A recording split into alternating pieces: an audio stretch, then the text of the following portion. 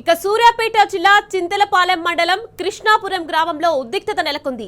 కాంగ్రెస్ అభ్యర్థులు ఇరు వర్గాల మధ్య ఘర్షణ జరిగింది. ఒక వర్గంపై రాళ్లు, గొడ్డలి, కర్రలతో దాడి చేసింది. షేక్ గఫూర్, షేక్ సైదా ఇస్మాయిల్ పై దాదా బూడే వర్గం దాడి చేయగా ఆ దాడిలో 6 బైకులు, ఒక టాటా ఎసర్ వాహనం ధ్వంసమైంది. ఒక వర్గానికి మద్దతిస్తున్నారని దాదాబూడే వర్గం దాడి చేసినట్లు ఆరోపణలు వినిపిస్తున్నాయి. ఇరువురు మైనార్టీ సర్పంచ్ అభ్యర్థులు కావడమే వివాదానికి కారణంగా తెలుస్తోంది. ఊహించని దాడితో గ్రామంలో పోలీస్ పహారా కాస్తున్నారు.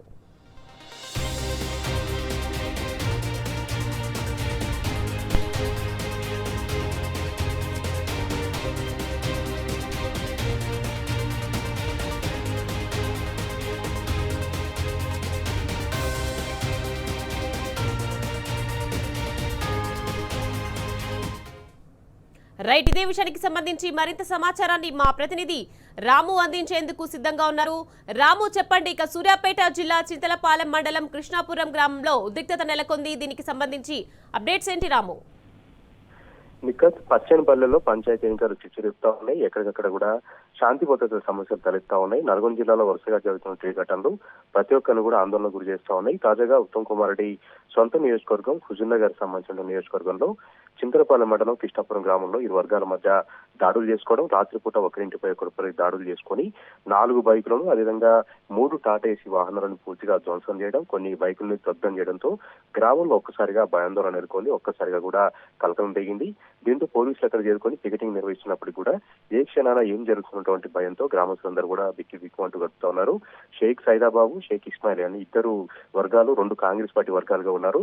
అయితే ఒక వర్గం ఇతర వర్గానికి సపోర్ట్ చేస్తా ఉంది. తమ వర్గానికి సర్పంచ్ పదవి రాకుండా అడ్డుకుంటుంది అన్నటువంటి కారణంతోనే ఇస్మాయిల్ వర్గం షేక్ సైదాబాబు సంబంధించినటువంటి వర్గం పైన ఒక్కసారిగా దాడులు చేసి ఫర్నిచర్ ను, అదేవిధంగా అక్కడ ఇంటి ముందు నిలిపినటువంటి వాహనాలన్నింటినీ కూడా దగ్ధం చేసినగా కూడా అక్కడ ఉన్నటువంటి గ్రామస్తులు చెప్తా ఉన్నారు. సూర్యాపేట ఎస్పీ ఆధ్వర్యంలో పికెటింగ్ నిర్వహిస్తా ఉన్నారు. గ్రామంలో ఇతర సంబంధించినటువంటి ఆందోళన కార్యక్రమాలు తలెత్తకుండా, ఇతర ఆందోళనలు తలెత్తకుండా అయినప్పటికీ కూడా చుట్టుపక్కల గ్రామాల్లో కూడా ఇలాంటి వాతావరణం మనకు అనిపిస్తా ఉంది.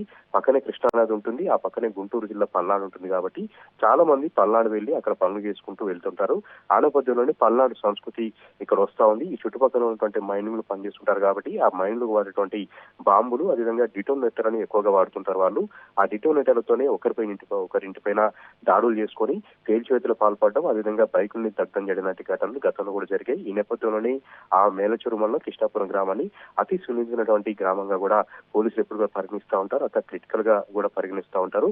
అయినప్పటికీ కూడా రాత్రి వేడి గొడవలు జరగడంతో ఒక్కసారిగా కూడా కలకలం దిగుతోంది. ఒక్కసారిగా అందరూ కూడా భయాందోళనకు గురవుతూ ఉన్నారు. ఇక రేపు ఎన్నికల వేళ 11వ తారీఖు అక్కడ ఎన్నికలు ఉన్నాయి. అక్కడ ఆ రోజున ఎలాంటి గొడవలు జరుగుతున్నటువంటి భయాందోళన మాత్రం కృష్ణాపురం గ్రామస్తులు ఉన్నారు. పటిష్టమైనటువంటి భద్రత ఏర్పాటు చేయాలని కూడా డిమాండ్ చేస్తా ఉన్నారు. ఈ విధంగా కాంగ్రెస్ పార్టీ సంబంధించినటువంటి గుండాలే, కాంగ్రెస్ పార్టీ సంబంధించిన నాయకులై ఈ విధంగా అలజడులు రేపుతా ఉన్నారు. ఈ విధంగా ఎక్కడికక్కడ కూడా శాంతి భద్రత సమస్య అనేది వాళ్ళ ద్వారానే వస్తోంది.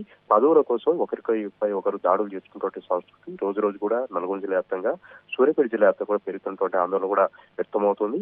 ఉత్తమ్ కుమార్ రెడ్డి కల్పించుకొని గ్రామాల్లో, పల్లెల్లో శాంతియుత వాతావరణంలో ప్రశాంతంగా ఎన్నికలు జరిగేలాగా చర్యలు తీసుకోవాలంటూ కూడా సర్వత్రా కూడా డిమాండ్లు వ్యక్తమవుతున్నాయి. ప్రస్తుతం కృష్ణాపురం గ్రామంలో ఎస్పీ నేతృత్వంలో 2 సిఐలతో పాటు 3 ఎస్ఐలతో అక్కడ ఒక పికెటింగ్ నిర్వహిస్తా ఉన్నారు, బందోబస్తు నిర్వహిస్తా ఉన్నారు. నిఖత్.